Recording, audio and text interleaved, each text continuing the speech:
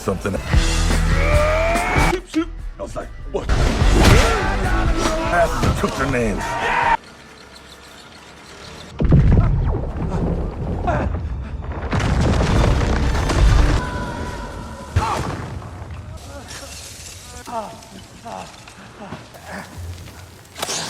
No.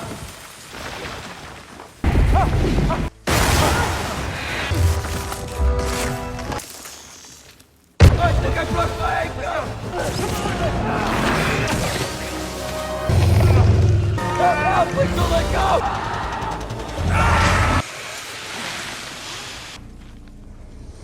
What the hell happened to you? The reading shows something's down here. Well, thank God.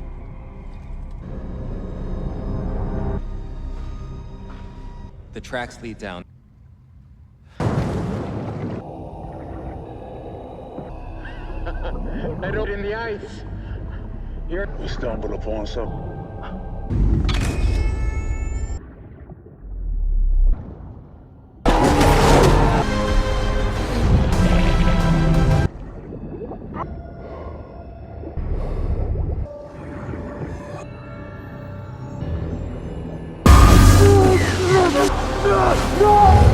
Strength. Seek for mercy.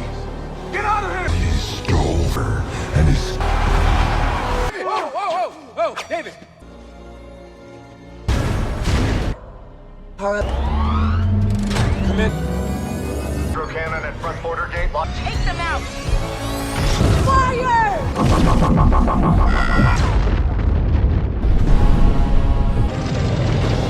Make your way to the extraction point. Roger. The fire that's cutting through the night!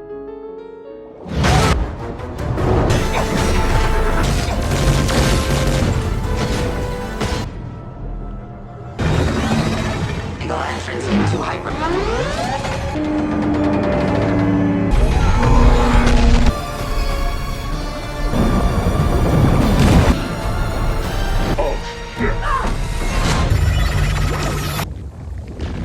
Oh, not yet. Get away from him. And you The entire Atlantean army is headed.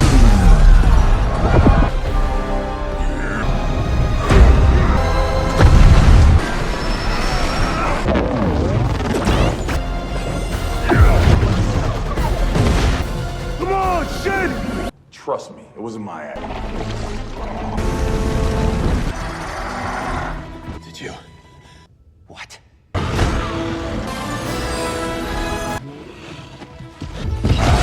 Ride one of these? Are you kidding? Whoa.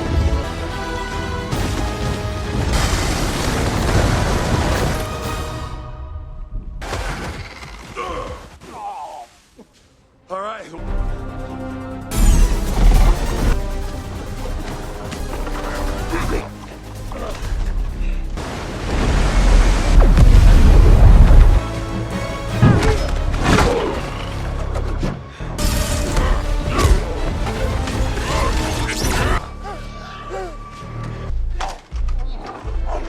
Good job, little brother. High five. Bunch of king shit. Fine. Flex your muscle.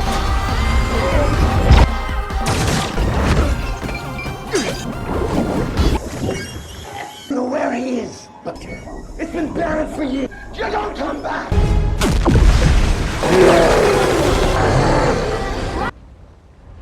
You involved him, Bart.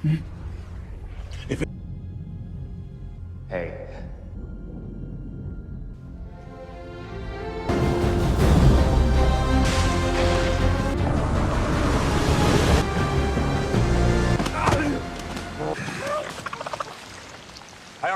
You know, it'd be amazing, right? I gotta admit, the food is so much burger. What? Or it's like shaky. Even the word stop you from enjoying half. Yeah. But you never had one of these. Shrimp of the land.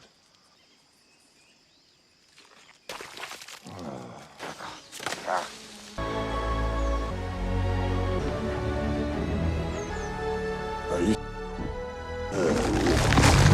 Mutated the flora and fauna in a... Oh.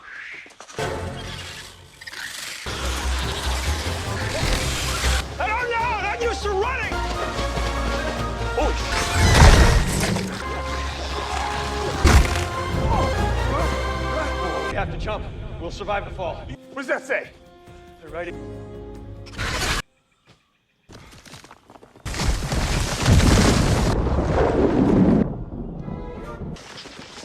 This about y'all attack!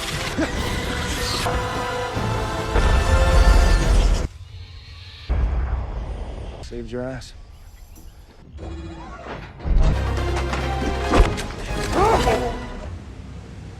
All that stolen. This whole place, this reactor, we would have to crater the entire island. Ancient, but it was built for killing. I'm a scientist. You expect us to believe you? But he would have killed. No. Fine. Start talking. I'm gonna give you. Came great powers and in.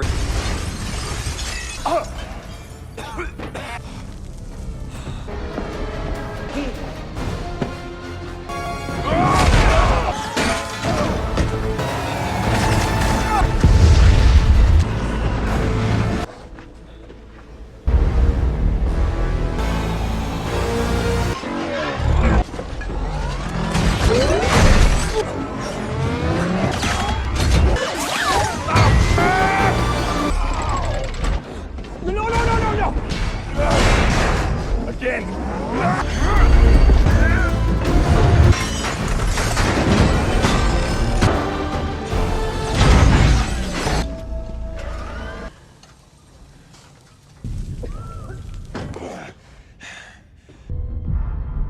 Stronger now. We're making a special exception. No one hits my brother. You're making this easy.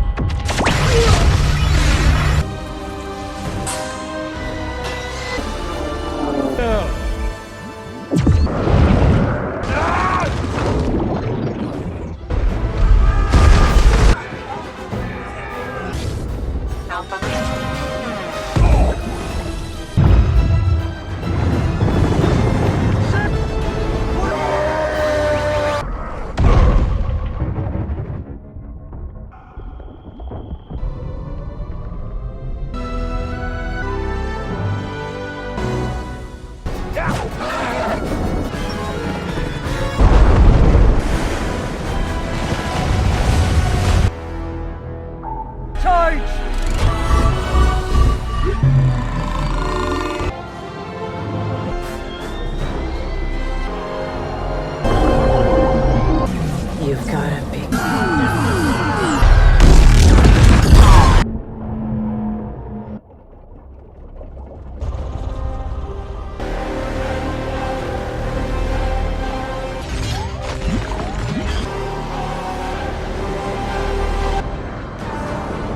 In the water. Everyone, light it up! Didn't you say that can't keep your eyes open?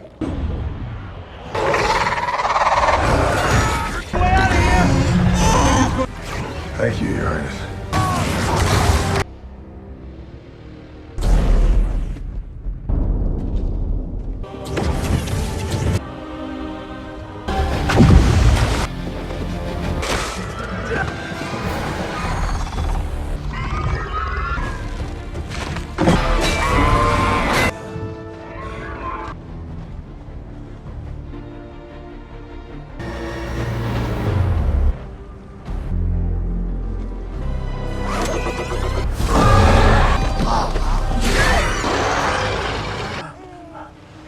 Long day to grow. The portcullis!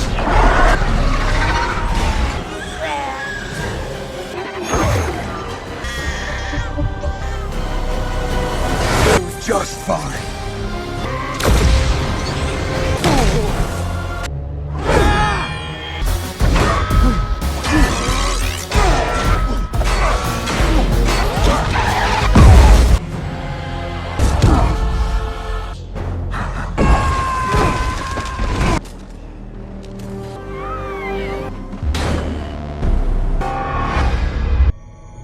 Run! All my power.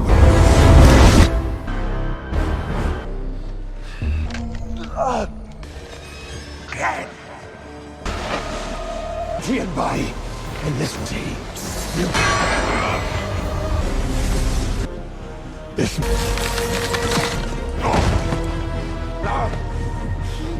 I'm coming for you. Yes. Don't let him Whoa. I knew you would do this. Abe. When I wanted to meet you. We will protect each other. Oh, brother. We're in this other.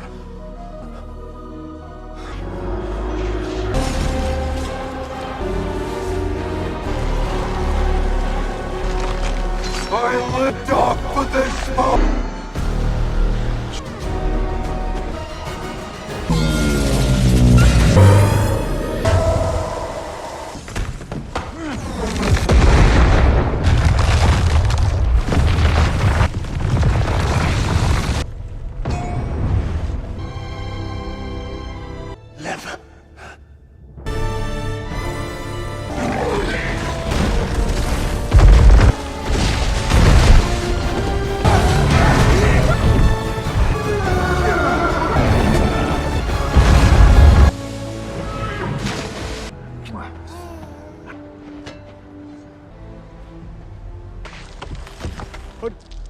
Well, I'm not.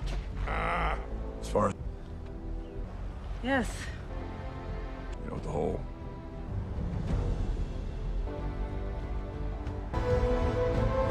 This as you think? I was not. Even from your worst enemy, trusting your instincts.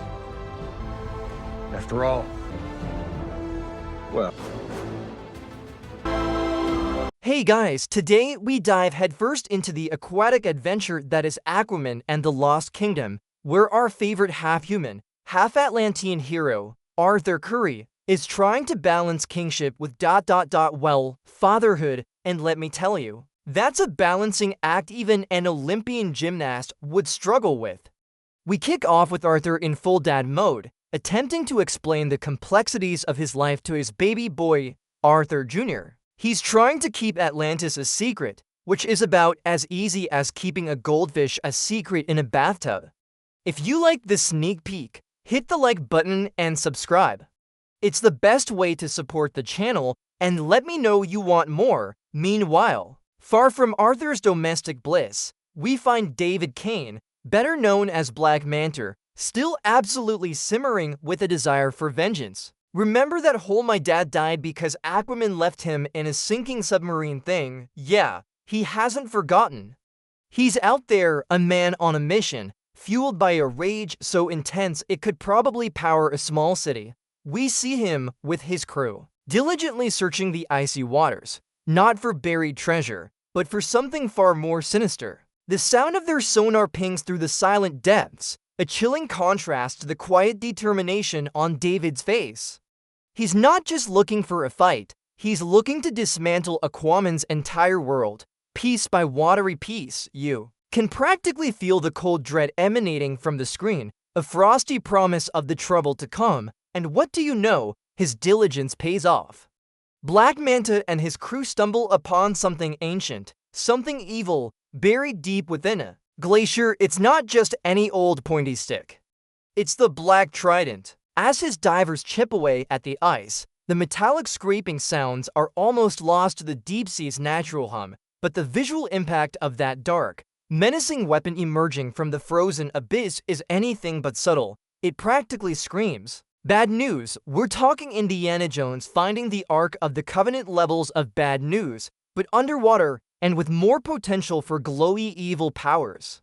This isn't just a new toy for Manta, it's a direct connection to a long-forgotten, seriously, powerful entity. The moment he touches it, a palpable pulse of dark energy spreads, almost like the ocean itself is recoiling.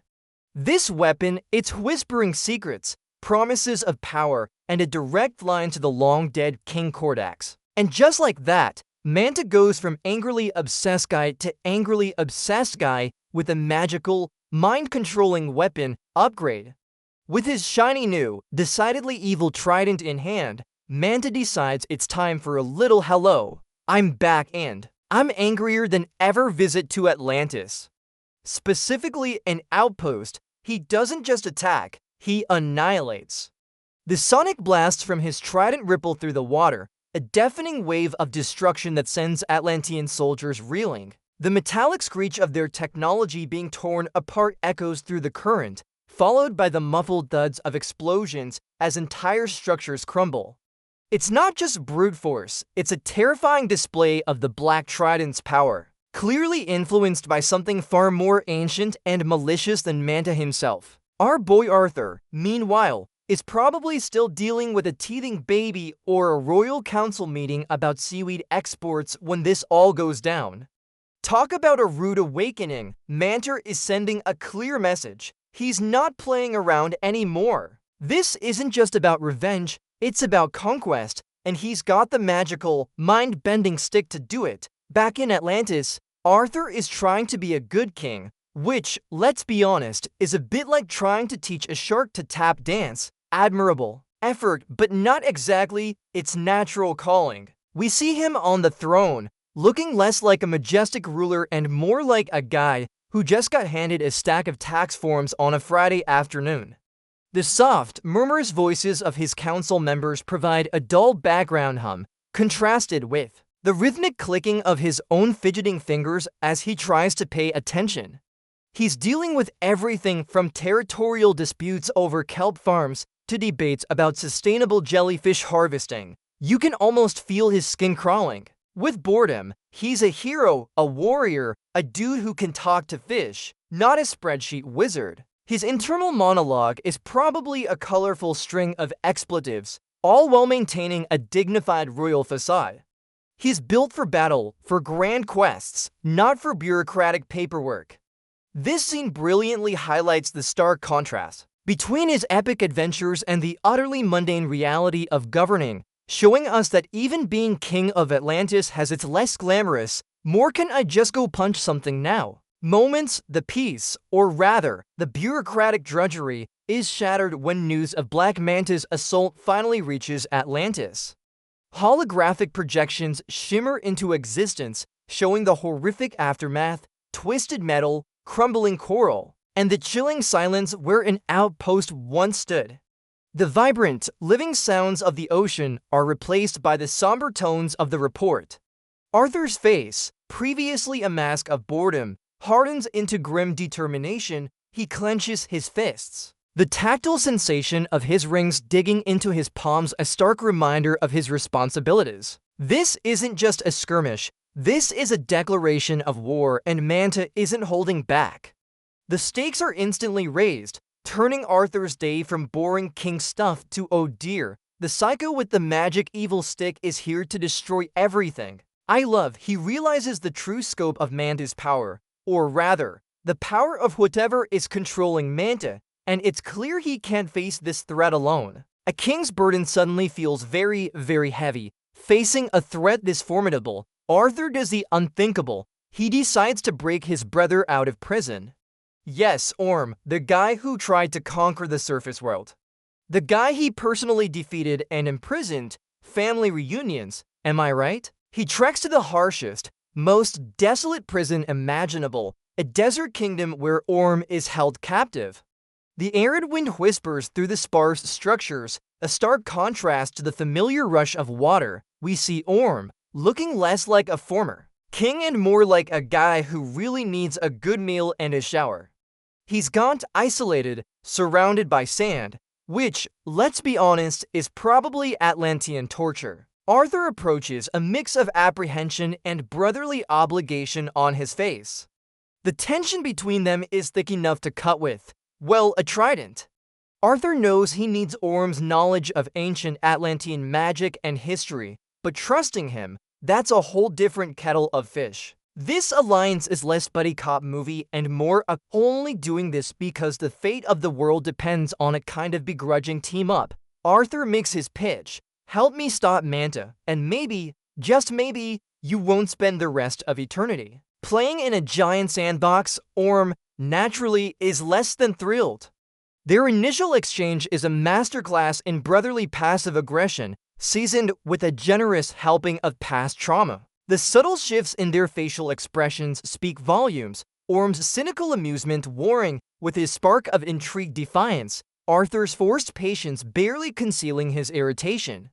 Orm's been stewing for years and he's not about to just jump into action because his big bro asks nicely. The desert air is heavy with their unspoken history, a thick, palpable tension, but the threat Manta poses is too great, even for Orm to ignore. There's a grudging nod, a shared glance that hints at a reluctant alliance. You can practically hear the collective sigh of relief from the audience. Finally, some brotherly banter. It's clear their dynamic is going to be a wild ride, like two squabbling siblings forced on a road trip, except the car is the ocean and the destination is save the world or die. So, with Orm convinced, it's time for a prison break. The Desert Kingdom's guards are, shall we say, not exactly prepared for two Atlantean princes with super strength and a serious case of we need to save the world urgency. The sandy terrain makes for a unique fighting arena. Every punch and kick sends plumes of dust into the air, obscuring and revealing the combatants in quick flashes. The satisfying thud of a guard hitting the ground is punctuated by the whoosh of Arthur's arm and Orm's more precise, almost elegant movements. It's a beautifully choreographed brawl, where the brothers, despite their animosity, actually work together with surprising efficiency. Orm's moves are a little sharper, a little more ruthless, a stark contrast to Arthur's more boisterous style. It's a delightful demonstration of their complementary fighting skills, a preview of what they could achieve if they ever truly got on the same page. The tactile crunch of sand underfoot and the gritty texture on their skin adds to the scenes. Raw energy, freedom, and only a few dozen unconscious guards left in their wake. Standard family outing, really. With Orm sprung, the brothers embark on their first leg of the mission, a journey to a hidden Atlantean outpost located, rather ironically, in the middle of a vast desert.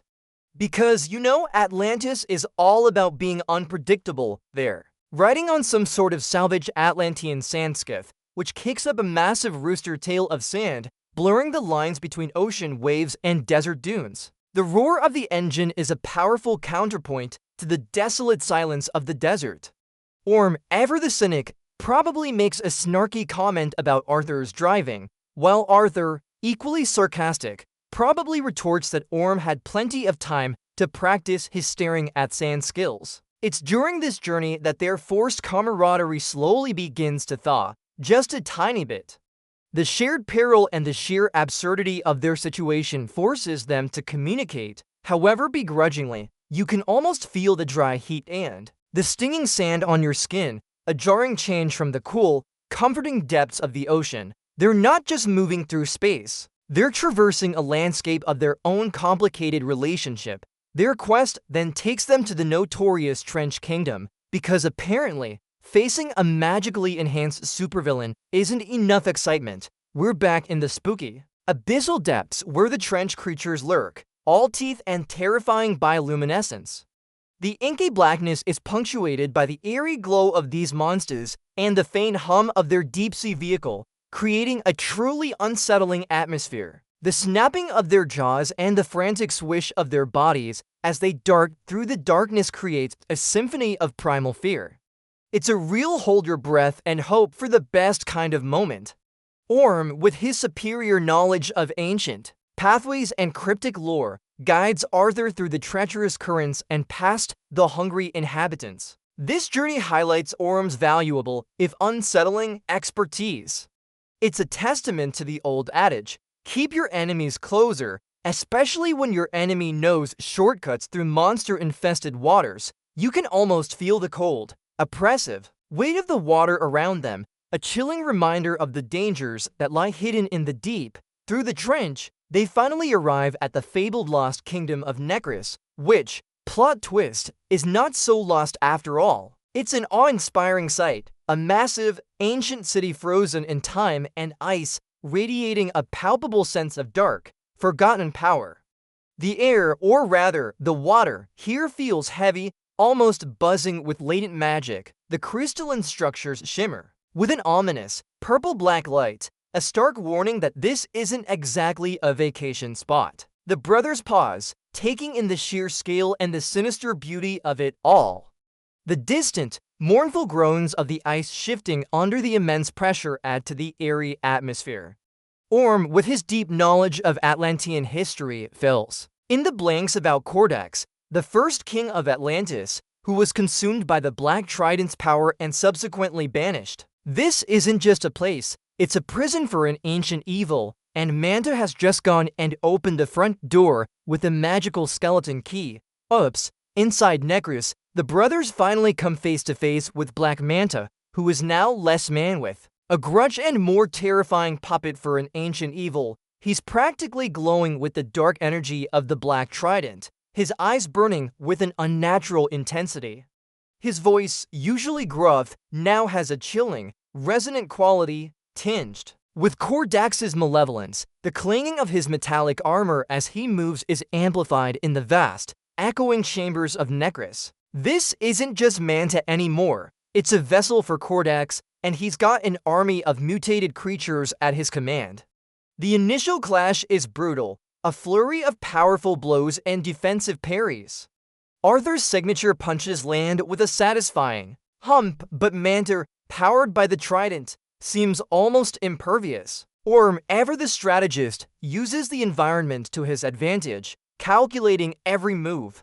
The stakes are clear: stop Manta or Kordax rises, bringing eternal darkness to both the ocean and the surface. No pressure, though, just when things are looking dire, because let's be real, Manta with an evil trident is a handful in Swoop's mirror.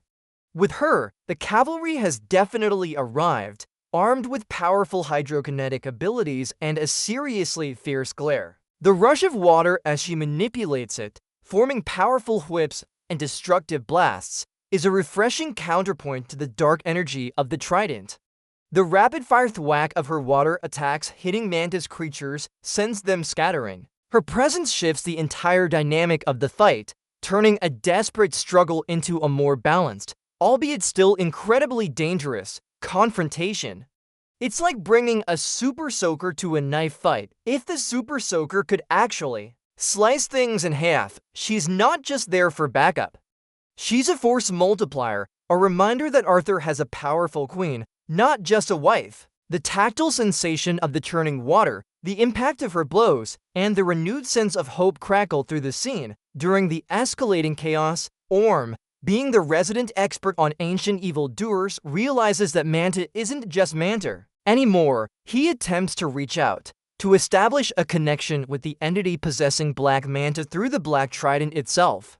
It's a risky move, like sticking your hand into a magical, evil toaster. The air crackles with dark energy, and the Trident pulses ominously under Orm's touch. The strained groan that escapes Orm's lips hints at the immense mental and magical effort required. He sees glimpses of Kordax's past, his ultimate ambition, and the sheer scale of the threat. The visions are probably accompanied by a horrible, echoing whisper, the voice of Kordax burrowing into his mind. This scene is pivotal because it confirms that Manta is just a pawn, and the true enemy is a much older, far more dangerous evil. It's a terrifying moment of realization, where the true antagonist is finally, horrifyingly, brought to light. With Kordax's true nature revealed, the brothers finally, truly unite. This isn't just reluctant teamwork. This is full-blown, synchronized. We got this brotherly tag teaming. Arthur's raw power and brute strength complement Orm's elegant, tactical fighting style beautifully. The clang of Arthur's trident meeting a foe's armor is often followed by the swift, precise slice of Orm's blade. They move like the halves of a perfectly choreographed dance, anticipating each other's moves, covering each other's backs. The swirling currents of the battlefield are filled with the whoosh of their weapons and the grunts of their efforts. You can almost hear the brofist of approval in the background. It's a genuinely satisfying moment to see these two, who started off at each other's throats, now fighting as an unstoppable force. This is the payoff we've been waiting for, the moment where family truly comes first, even if that family tried to overthrow the world a few years back. The sheer force of their combined attacks creates a powerful, churning vortex of action. As the battle rages, the ancient city of Necros, already weakened by centuries of neglect and dark magic, begins to visibly crumble. Massive cracks spiderweb across the icy structures, accompanied by deep, resonating groans that echo through the water. It's a chilling reminder that they are fighting not just against Manta and Kordax, but against time and the very destruction of this historical site. Giant chunks of crystal and stone peel away and plummet into the abyss, creating localized whirlpools of debris. The tactile vibration of the collapsing city likely reverberates through the water, felt acutely by everyone. This adds a ticking clock to the already intense showdown. They need to stop Kordax, not just for the world, but before Necris literally caves in on itself, taking them all with it. Talk about adding insult to injury. It's like fighting a boss level while the entire arena is falling apart around you. In a desperate attempt to sever Kordax's hold, Arthur momentarily pins Manta down, making a heartfelt, if slightly exasperated, appeal to his former nemesises. Dwindling humanity, dude, this isn't you. He probably yells, trying to cut through the ancient evil's mind control. The sheer force of his grip on Manta's shoulders is evident, contrasted with the tremor in his voice as he tries to reason. He's trying to remind Manta of his own agency, that he's more than just a vengeful tool. There's a subtle flicker in Manta's eyes, a fleeting moment where David Kane briefly surfaces from beneath Kordax's oppressive influence, a tiny crack in the dam of control. It's a powerful moment, showing Arthur's unwavering belief in redemption, even for someone who's tried to kill him multiple times. The heavy breathing from Arthur and the faint, guttural growl from Manta, still struggling against the possession, add to the scene's raw intensity.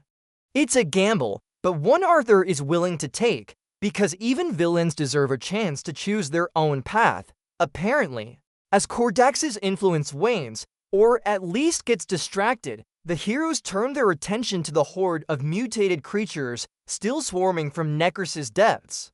This is where the combined might of Arthur, Orm, and Mera truly shines. Arthur uses his trident with powerful, sweeping blows, sending creatures flying with satisfying thwacks. Orm, with his more refined Atlantean magic, conjures energy blasts and protective shields, the hum of his magic a sharp counterpoint to Arthur's more physical attacks. And Mera, she's a whirlwind of water manipulation, creating razor-sharp torrents and powerful waves that crash into the monsters with immense force, the whoosh and splash of her attacks painting a vivid sonic picture. They move as a perfectly synchronized unit, dispatching the grotesque creatures with fluid, coordinated movements. The groans and screeches of the monsters as they are defeated fill the water, followed by the muffled thuds of their dissolving forms. It's a visually stunning and audibly rich sequence, a testament to what happens when you put aside family squabbles and focus on the really important stuff. Kicking monster but finally, the moment of truth, destroying the source of Kordax's power, the Black Trident. This isn't a job for one king. It's a job for two very different, but equally powerful brothers. Arthur and Orm stand shoulder to shoulder, raising their tridents in unison. A powerful hum starts, a low rumble that grows in intensity, accompanied by a bright, pulsating light emanating from their weapons. The metallic clang as their tridents connect with the Black Trident is deafening, followed by a brilliant flash of light and a shockwave that reverberates through the entire collapsing city. You can almost feel the vibrations in your own chest. The Black Trident shatters into a million shimmering, dark fragments, each one dissipating into nothingness. The dark energy that pulsed through Necris, through Manta, through everything, suddenly recedes. It's a powerful, cathartic release, like holding your breath for an entire movie and finally being able to exhale. The destruction feels final, absolute, and utterly satisfying. Take that ancient evil. With the Black Trident gone, Kordax is exposed, his spectral form briefly manifesting as a truly monstrous, shadowy figure, letting out a guttural, echoing shriek of pure rage and despair. It's a chilling sound, like the collective wail of forgotten souls. But without his conduit, he's vulnerable. The combined power of Arthur, Orm, and perhaps even Mera delivers the final, decisive blow. A surge of pure, elemental Atlantean energy, perhaps a wave of golden light, slams into Kordax's form, tearing him apart. The shadowy mass writhes and then dissipates into nothingness, leaving behind only the lingering sense of a long-vanquished evil. The deafening silence that follows is profound, almost heavy, a palpable sense of relief after such a cacophony of destruction. The threat is gone, banished forever, and the world can breathe again. Well, underwater, anyway, it's a triumphant moment signifying the end of an ancient terror and the true beginning of a new, uneasy peace. And what of Black Manta, or rather, David Kane? With Kordax gone, the malevolent grip on his mind is broken. We see him unmasked, lying on the crumbling ground, looking utterly spent and disoriented.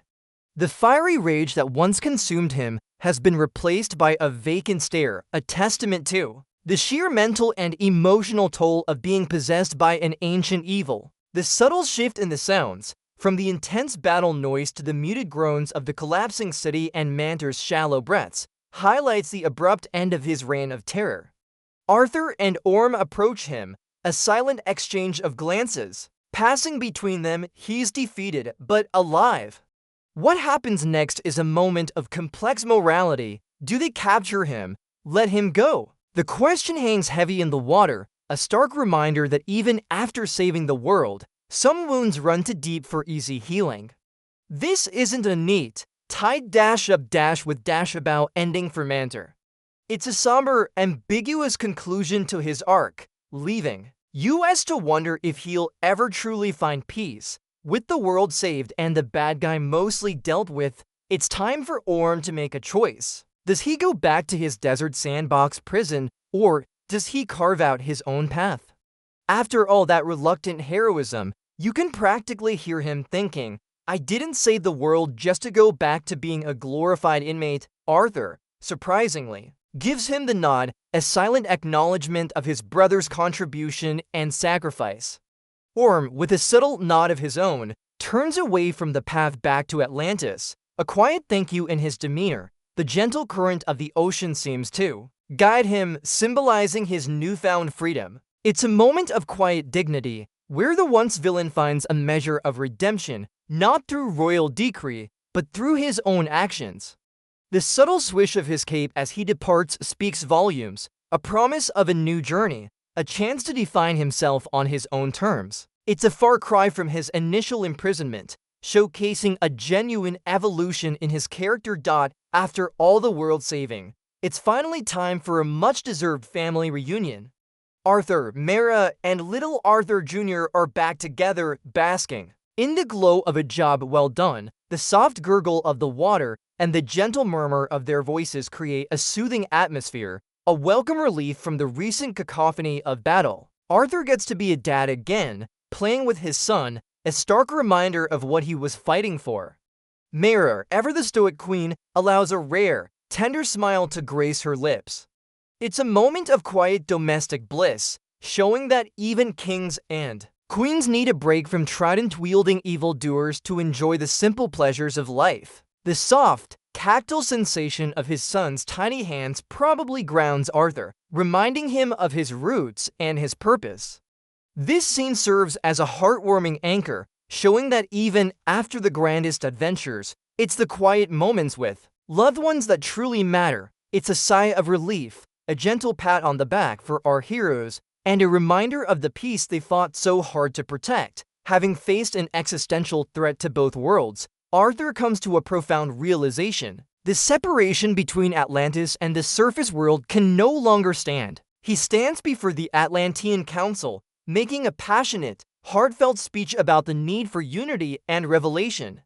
His voice, usually booming in battle, takes on a more measured, earnest tone, carrying the weight of his convictions. The murmurs of the council, initially skeptical, slowly quieten as they listen to their king's vision. He argues that by revealing their existence, they can foster cooperation, prevent future global threats, and maybe even finally get some decent sushi on the surface without having to pretend they're just really good swimmers. The tactile feeling of the polished coral under his hands as he leans into his argument underscores his resolve. It's a brave, potentially world-changing decision, challenging centuries of tradition and secrecy. This is Arthur, the bridge between two worlds, fulfilling his destiny in a way no one, not even Orm, could have predicted. He's taking a leap of faith, hoping humanity and Atlanteans can learn to share the planet peacefully, or at least learn to text each other, and then comes the mic drop moment. Arthur, fully decked out in his shiny Aquaman suit, makes his way to the United Nations Assembly. Talk about a grand entrance. The hushed whispers of the delegates are abruptly silenced as he takes the podium. The click and whir of countless cameras recording this unprecedented event fill the room, a global audience holding its breath. His voice, amplified by the hall's acoustics, resonates with power and conviction as he makes the monumental announcement. Atlantis is real, and it's time for the surface world to know. The collective gasp from the delegates is almost audible. You can practically feel the tectonic plates of international relations shifting. It's a game changer, a moment that will forever alter the course of human and Atlantean history. He's not just revealing a hidden kingdom, he's challenging the entire concept of us versus them. The feeling of the bright, hot lights on his face, the sheer weight of expectation, it all contributes to this pivotal, history-making moment. The future is now officially wet and wild. As the news spreads, the world reacts. There's a mix of awe, wonder, and probably a healthy dose of wait. So mermaids are real. The subsequent montage shows glimpses of collaboration between Atlantis and the surface, hints of shared knowledge, and a burgeoning understanding between two vastly different cultures. We see Arthur and Mera standing together, overlooking a vibrant, thriving Atlantis, a silent acknowledgement of the new era they've ushered in. The sounds of Atlantean life, the gentle currents, the distant clicks and whistles of sea creatures, now seem to mingle with the faint, hopeful hum of surface world broadcasts. The tactile sense of cool, calm water surrounding them contrasts with the fiery conflicts they've endured. It's a future filled with both promise and uncertainty, but Arthur, our reluctant king, has forged a path forward. The journey was long, messy, and full of sibling squabbles, but they made it. The future of both worlds is now interconnected, a grand, watery experiment in global harmony, or at least a world where we can finally argue about whose climate change policies are really affecting the sea levels. And so our adventure concludes.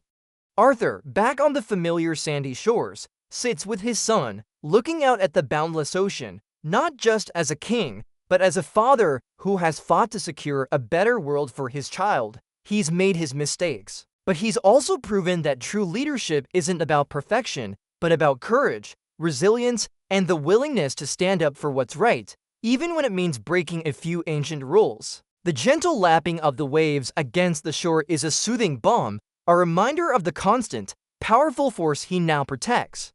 It's a journey that began with a man trying to find his place and ended with a king defining the future for two worlds. It reminds us that every single one of us has the potential for greatness, not just in epic battles, but in the quiet, courageous choices we make every day. The legacy he builds is not just for Atlantis, but for humanity, a testament to the idea that even the most reluctant heroes can inspire us to bridge divides and embrace a future filled with wonder. What a ride! Ha!